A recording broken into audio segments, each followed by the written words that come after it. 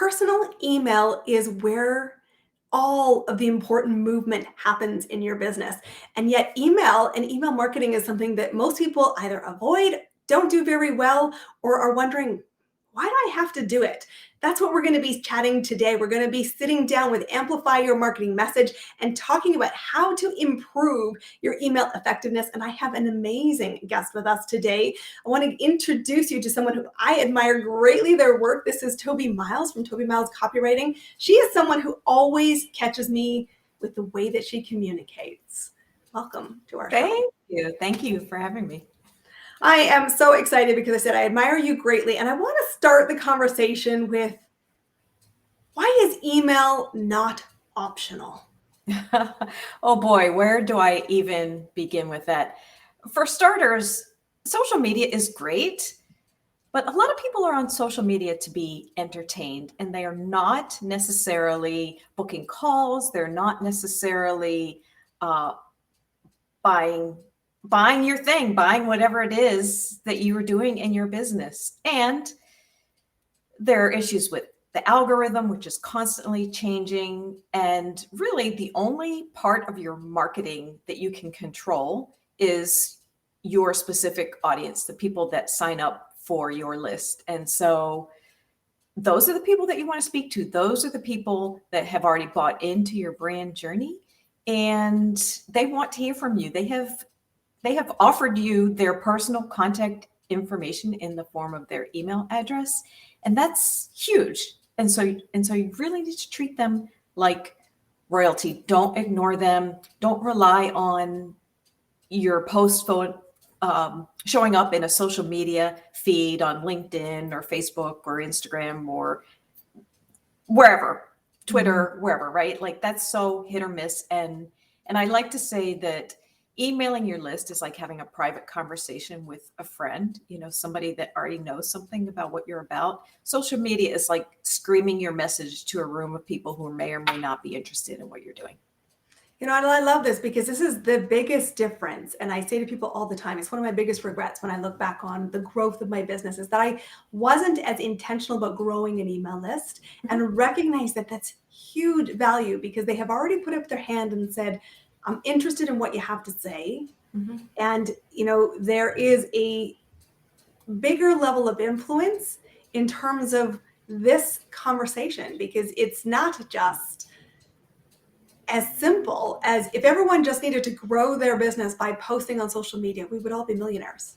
And we're not. Absolutely. And we're not. But when someone says, I like what you have to say, tell me more, even if I'm not ready to make a decision today, it is an enormous privilege to be in somebody's inbox. And building a strategy around email shouldn't be left unattended. No, not at all. People miss a huge opportunity if they don't have a list, or if they have a list and they're not speaking to them. Well, and I think part of the conversation comes down to this idea of, well, what do I do with an email list? So give us some thoughts around, how do you start to build something that is a usable tool for the business owner? Yeah. Well, for starters, you have to have a really unforgettable onboarding experience. So when someone does sign up for your list, make sure that you to your case, to whatever it is that you're doing in your business, in a way that makes them feel like family, like a VIP, like royalty, sometimes I say. And so that can be 3 to 5 emails to start with, just a little bit talking about who you are as a business owner, what they can expect from you going forward. Promise that you won't spam them. You won't just send them useless emails to clog up their inbox. Nobody likes that. But set the expectations. Like, you are here for a reason. If you offer some sort of freebie, some free gift, a free course, quiz, whatever, you deliver that right away. And then subsequently you follow up with anywhere from a total of 3 to 5 emails where you just set the expectations. You say, hey, this is me. This is how I got my start. This is a time when I struggled. You could talk about something like that, because those sorts of things really resonate with people and people can relate to, especially other business owners. And then just set the expectation for going forward. Say, hey, I'll be in your inbox every week and I'll be offering you actionable tips. depending on your business, right? It has to be on brand. And you'll hear from me really only when I have something that I think is of value to you. And if you have like a VIP sort of offer, you can let them know, hey, you'll get access to this before the general public. And so that is really the way to kind of like build that trust with your audience and start to build those connections. And I tell my clients all the time, don't be afraid to just kind of really be who you are, right? Like people really, I feel like nowadays the online space is so busy. Like we want to know who are the people behind the brands. And so don't be afraid to share some stories that show your vulnerabilities. This is an important one. And I know it's interesting because as a business owner, it's been one thing I have had to be intentional about. And it is twofold. Number one, always have I'm going to say the overarching intent. Is this valuable to the person I'm putting it out to? Mm-hmm. And second to that, what is the lesson and invitation that we can connect to around as human to human? And I will tell you, and I'm going to be completely candid, and everyone here who is a member of my newsletter knows this, is I don't have a great onboarding process. And I know I've been watching you and watching other people I really respect saying this is an important part. So what I'm hearing from you is a really good tip I need to go action for sure, which is build a plan around value and bring somebody onto the journey of who you are, what they're going to get, those expectations, and then deliver a conversation like you're sitting down one-to-one, because that's what they've given you. And just Right. because they don't open it at your timeline doesn't mean that they're not observing, or when they're ready, staying Absolutely. with you, right? Absolutely. Right.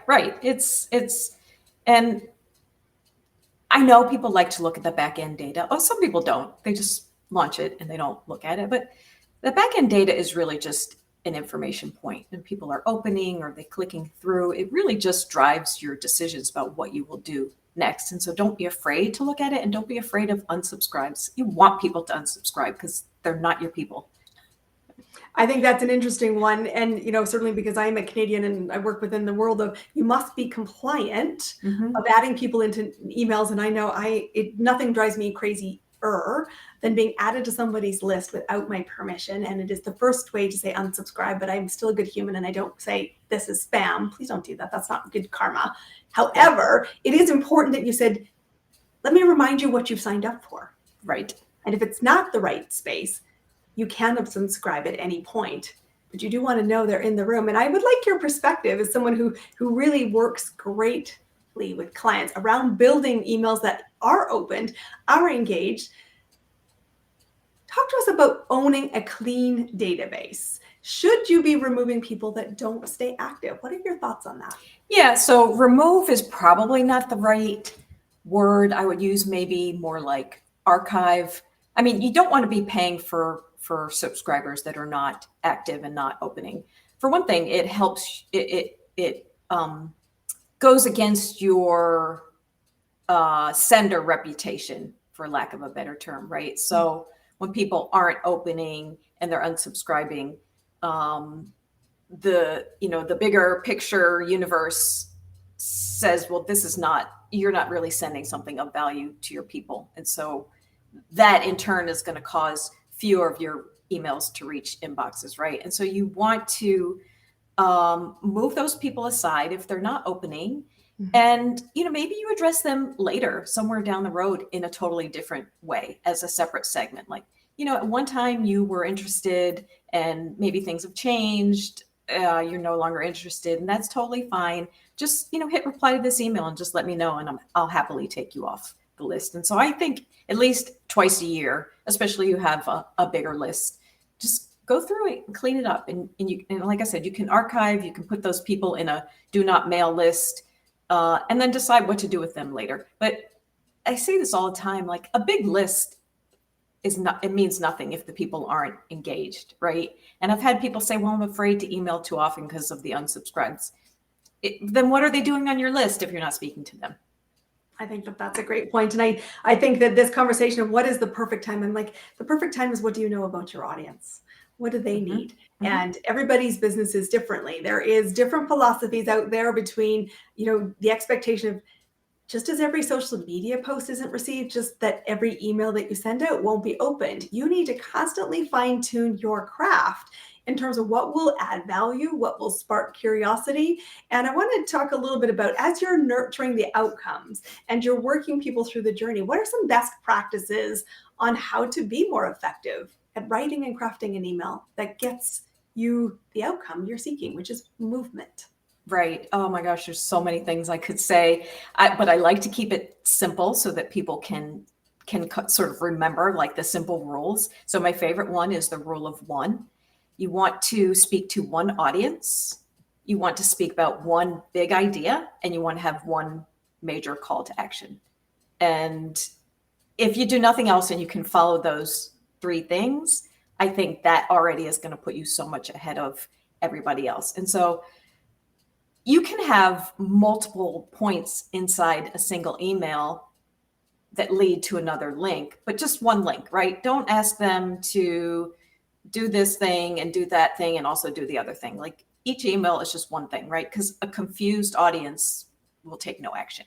Mhm. And so that is super important. And then ask yourself, why am I sending this email right now? Why is this email important right now? Don't just send it just to send it. Like, what is it that you have to communicate? Is it an offer? Is it something that happened to you yesterday while you're waiting to pick up your kids at school? Is it, you know, a flash sale? Whatever it is, like, why is this email important right now? And then the last thing is always be thinking from the perspective of your audience, because they're sitting there thinking, what's in it for me? And that's really Mm. what it comes down to. I love this because it's easy, I'm going to say, to throw spaghetti at the wall. Mhm, And I know we all have been there. I've been mhm. there. I've I been know there. when I first started to come across you, who we met through someone in our mutual network, and it was the power of one was such an important thing because it was like I was definitely not in the camp of power one, and I love simplicity. And so every time that I'm in it now, the conversation is, what is the intent of this?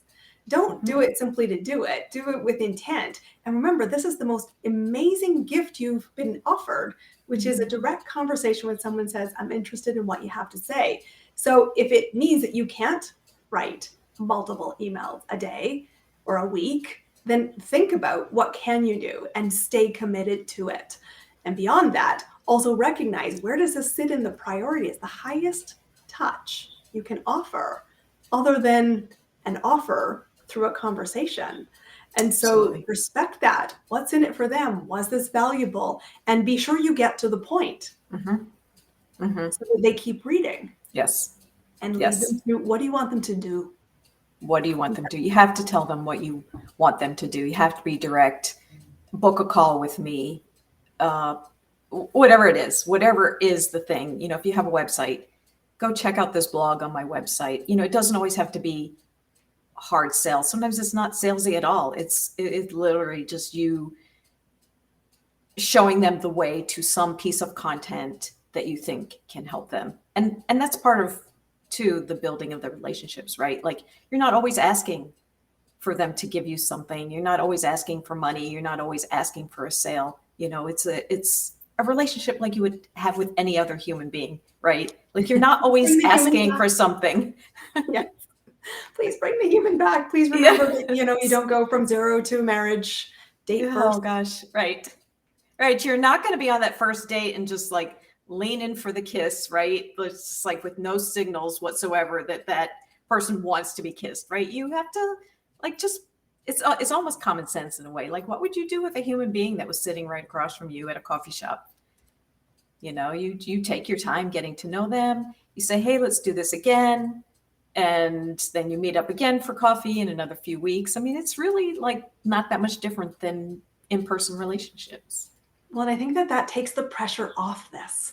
If you simply Mhm. say, email is such a beautiful gift, lean in and accept it, but recognize that it is about the relationship. And that takes all the ickiness around of, I was Mhm. told to do it this way. There's not one way to do it, but if we keep the simple principles you've said of power of one, commit to a consistency, know what people can expect, and walk them on a journey, one person to one person, you will see far more effective results in your email strategy moving forward. And so I want to ask you, because I ask every guest that comes onto this platform, because I think it's so important to talk about what is working now, but in your business, as a business owner, amplify what's working for you. What's happening right now that's creating success and movement in your business? Yeah, a couple things. I mean, I'm like everybody else. I'm a solopreneur, and so I have ideas. I have lots of ideas because that's what we do. And I have a very engaged email list, and it's not big at all. But when I email my list, I probably get a dozen responses to something that I wrote, either just a reaction to a story or this was so helpful. And I am booking clients right through from my list. My list is growing slowly, but it's very authentic. And I'm not picking up clients really so much from social media. I'm having a lot of coffee chats on social media, but I am not having people reach out to me on social media and say, hey, I want to work with you. But they will get on my list and come along for the journey. And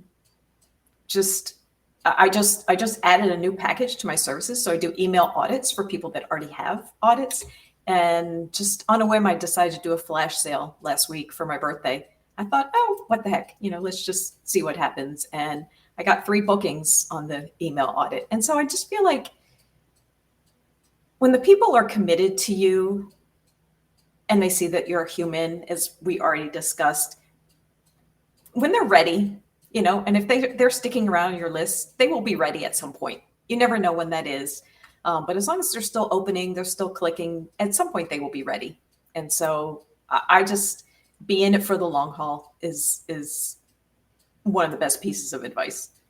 I love that, because there's 2 things. I think it's so true. First off, congratulations. I know that audit because I saw it. I introduced somebody to you saying, you're looking for this? She's awesome. Let me just connect you. Yeah. And it is about staying the long game. I know one of the most important things we asked about, cleaning up your list and who do you want to build around. It is about not being afraid of the unsubscribe, getting the right people in the room. But the truth is they're watching and observing. Mm-hmm. And I tell people this all the time. 99% of the clients that come to choose to work with me didn't like and engage in my social media, but they are watching the stories in the email. They are saying, I tell people you need to be on her list. I find your resources valuable, and I'm not yet ready to jump into your programs, but I do see you as a must hire when I'm ready. Yeah. And so you have to be patient. You have to recognize that this is a non-negotiable.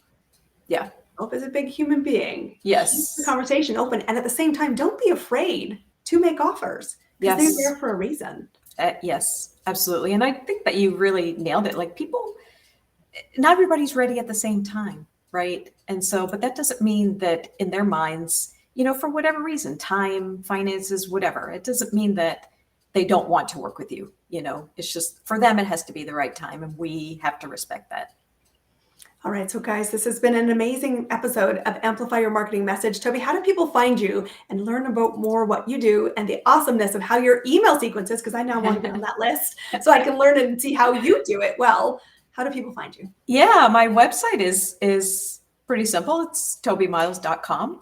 And you can hop on to my list and see how I welcome you in. I also have a guide, 99